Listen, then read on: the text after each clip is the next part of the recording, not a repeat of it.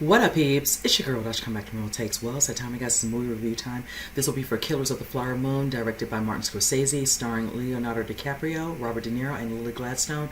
Before I jump into it, I can't say enough of how much I enjoyed this film. Definitely with the subject matter being very intense and just overall just so sad and disheartening when you think about the dark side of human nature.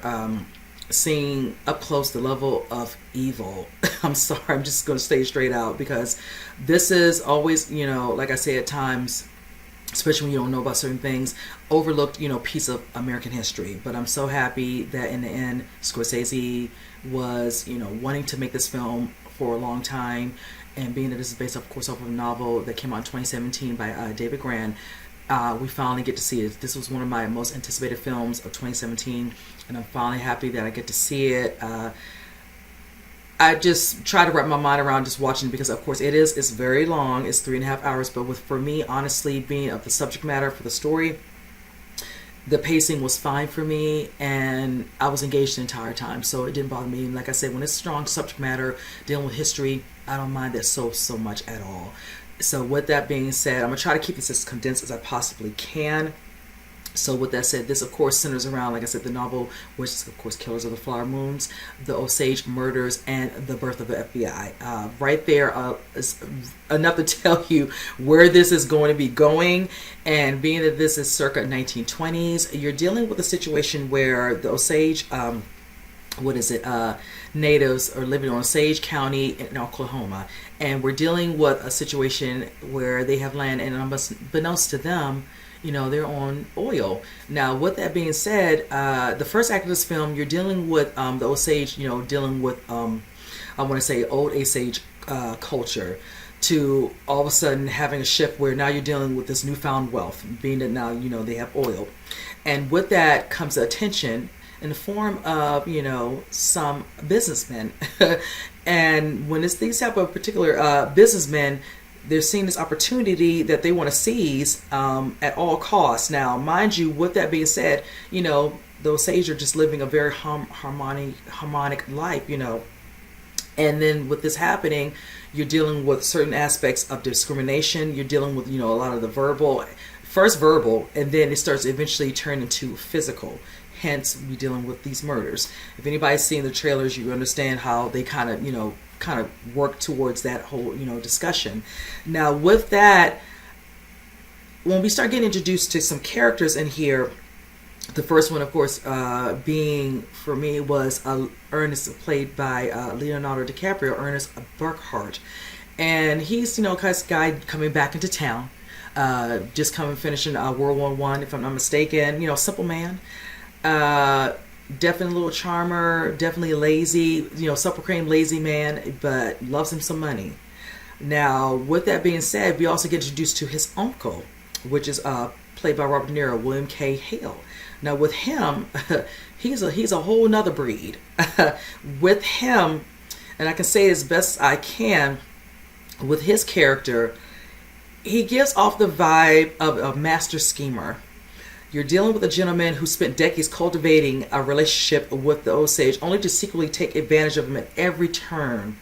And it's so abundantly in this film, it's straight disgust. Now, Ernest, being that this is his uncle has a nice little, way of kind of, conveying to him what he wants him to do. And I'm talking about Ernest's character, where, you're dealing with this family, they have this business, and mind you, with this particular, riches, is, he's asking him to eventually, get a little, close, to one of those Osage women, mostly this one being Molly. Now, mind you, again, decades of being around this family, he's known Molly since she was little, and I'm talking about the uncle.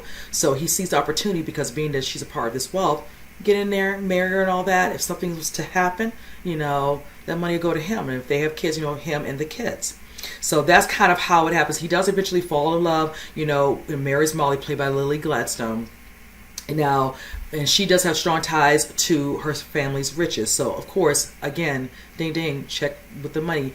I will say this: when you see the engagement between Molly and Ernest, at the beginning, him with the charms after he's been given his marching orders, you see her, she eventually speaks in her native tongue. He's like, I don't know what you say, hopefully that's, talking about him being handsome, this and another. And she kind of laughs and warms up, but she does make a comment when she's around some of her family about, Cowdy loves money.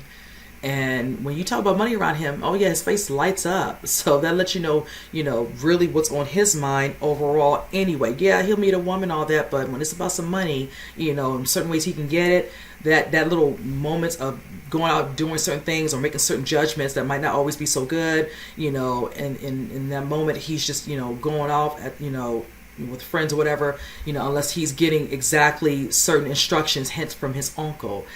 Now, with that being said, you get to see a lot of different relationships within this film. Definitely the ones with Ernest and Molly and some other family members, Molly's sisters. You definitely see some of the eventual situations where certain family members, like Molly's mother, and you can see the dynamic, of course, mother not being so, keen to her daughters, being involved with these men. Of course, white men, she would prefer, her, staying within, their people.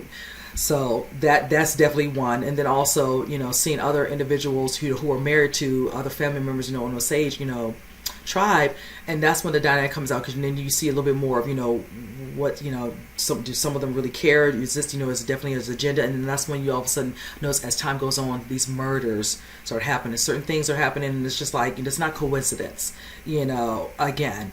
Now I'm going to get into this one individual who I'm going to showcase him, because he had a part in there when these murders are starting to happen and certain things are just not right. And you can see how Lily, his character Molly, is feeling a certain way about this. Certain things need to be investigated, and it's brought up with all that. Ernest is right there, and his name in this is Chief. I want to say Bonnie Castle, played by Yancey Redcorn. This scene with him was so damn good, because he's really speaking facts. He's speaking facts about his, his people, how they were, his generations before him, what, they value their families, the love, whatever, moving forward with the next generation, how he sees these individuals who come into their, to their town, their home and all that, and how some of them are not to be trusted. Just speaking. And a lot of them, right there with him, Lily just determined, because at that time there's, already, some murders happening, and just a certain way. And of course, Ernest looking a certain way. And it was just a profound scene, all that. You can hear some of the people even in the theater, and it was like, and I was right there, because some of the word, it needed to be said. I don't care how uncomfortable it was, but he was speaking, needing authorities, the people in the town who are authority are not really caring, just kind of brushing it off. And right there, it tells you a lot as well. And then eventually knowing that they're going to have to go out of town to get the help they actually need. Hence, if you all saw the trailer. So again, certain things are happening. Now, when you see the dynamic of Ernest and Molly, the love is there. But then again, there's still an agenda. There's still a reason for why this whole thing, is occurring. Yeah, he's falling for her. He thinks she's awesome, and she's a great girl, and she's, thinking her husband loves her, and eventually, they're having their own family. But then he's doing other things, like I said, making certain, decisions, sometimes not with his uncle, in mind and all that, and just, doing the most. And eventually things, just keep getting worse, where eventually, people sent from the FBI come down, hence if you saw Jesse Plemons' character, and I like how it's set up, because you can see the look on Ernest's face when he shows up at his doorstep, like, oh, my wife is this and that and the other. He's like, oh, you're here for the murders, why is that, to find out who's doing them. Like, yeah, like, you really think it's going to keep going on, and nobody's eventually is going to get addressed. It's unfortunate so many people lost their lives, but now they're there, and now they're going to get to the bottom of it. But I will say this, the way that certain individuals are strategically placed within the community, love that. There's one particular character, I might showcase his face on here. But with that said, eventually things do come to the forefront. Certain things are revealed. That final act, when you're seeing it all centered around, I want to say the court scene and all that, and certain people having to, speak out against others and all that, and certain things are revealed. It's just like, yeah, we're finally here. It needed to be happening. And I was just like, yeah. Now, speaking of the court scene, I've been hearing those comments. Somebody makes statements, comments, on social media about Brendan Fraser's character, and I'm like, okay, some of you all have never done jury duty. Secondly, some of you have not watched a live feed of attorneys or seen even, maybe TV shows or even movies with, attorneys. Sometimes they get lively, sometimes they get loud.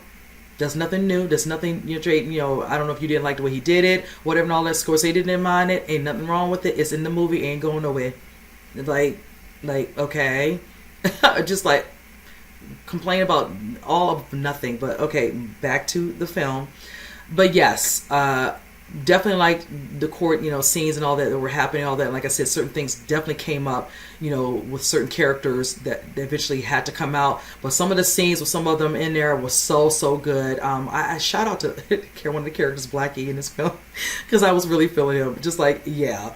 But yes, love the film overall. Again, can't say enough how it definitely is a film where I'm glad it's in the medium of film now, because this is something in regards that needs to be seen for generations to come, that needs to be addressed. And eventually, if somebody sees it, that might want them to go and actually get the book and then read the book as well, and get from me a little bit more that's not probably mentioned or discussed or portrayed in the actual film. Now, before I jump out towards the end, I gotta give shout out to Lily Gladstone in this film, the way she carried a lot of the scenes. I mean, to know all the things that her character went through in this film, Molly, the amount of pain she's been through, the heartbreak with her life, with her family members, and just despite all that hardship, she was so steadfast throughout this thing, being a loving wife and a mother. I mean, I just can't say enough about Gladstone playing this character. And then hearing that she was almost going to give up and not do any more work in Hollywood, and Scorsese pretty much sought out her, and I'm happy he did, because I can't foresee anyone who could have played this character. One of the things that she did in this film I really just enjoyed at times in this film, and it always kind of brought extra to the scene, is sometimes she didn't even say anything, just her eyes, in those moments when you see certain instances between some of the other characters. Definitely, the husband played by Caprio, or scenes of, like, even that scene, if you saw in the trailer, her walking down, like, the train station, all that, and just looking at all these people just looking at her and all, because by that time it was murders and deaths, certain people in her family. But yes, she was amazing. I know nominations are coming, and she should be getting all of them. I'll be really surprised if she does not, but she was so rightfully deserved every last one of those. So I'm here for all of that. So I just had to do that, because just, yes. Again, can't say enough about Leonardo and and Robert. I mean, they both, I'm sorry, I'm going to say it again, both their characters trash. If you had to ask me which one, De Niro's number one, just with what he's did with the Osage tribe for all those decades, just since the number, really believing he was a friend. And yet Ernest is right there, like they could be almost tied for real, knowing how this man loved on his wife and the things that he was doing behind her back. I'm just gonna say they wouldn't all, but yeah, I'm gonna rank it just like that. I had to rank them. But before I finish this out, got to just show love to the cinematography in this. Done by, I want to say, was it Rodrigo Prieto? I hope I'm saying his last name correctly. My apologies if I'm not.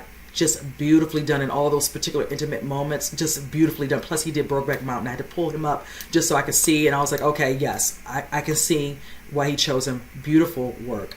Also, in regards to I want to say production design, like that, the feel and overall look of the certain moments within the film, done by, I want to say, Jack Fisk, beautifully. And I can't say enough about the film score. Amazing. So again, you guys, just if you get a chance to go see it, I know it is long, go and see it, please. I really hope you guys get to see it, because like I said, this whole movie, just, again, a lot of emotions. It was a lot of emotions, definitely I was going through it, because certain movies like this do it. I remember when I went and saw 12 Years a Slave, and just, oh my God, by the time I get left out, I was drained, like I couldn't. So again, comment below about this review, because I really would like to know what you guys think. And all my rating out of this, out of a 10, I'll give it about, I'm not going to give it straight to. I just give it a 9. I really did enjoy this film. I can never say enough about Scorsese because he really does deliver, with his films, and this is no different. The cast on this, the ensemble cast, I really outdid themselves in this one. I can't say enough about it. Like I said, first, second, and final act, amazing, amazing, amazing, amazing. So with that said, you guys comment below, let me know what you think. And with that said, I'll see you guys in the next movie review. You guys take care.